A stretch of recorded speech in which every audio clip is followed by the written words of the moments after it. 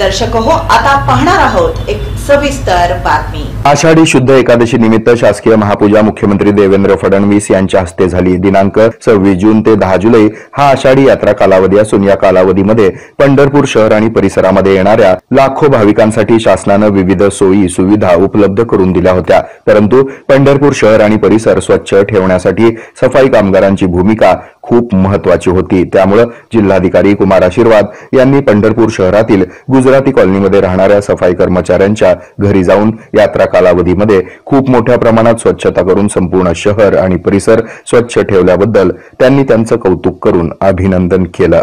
यावेळी जिल्हाधिकारी कुमार आशीर्वाद यांनी सफाई कर्मचाऱ्यांच्या घरी त्यांच्या समवेत चहा पाणी आणि नाश्ताही घेतला। यावेळी त्यांच्या समवेत पंढरपूरचे उपविभागीय अधिकारी सचिन थापे, तहसीलदार सचिन लंगोटे आणि अन्य अधिकारी तसंच सफाई कर्मचारी आणि त्यांचे कुटुंबीय उपस्थित होते।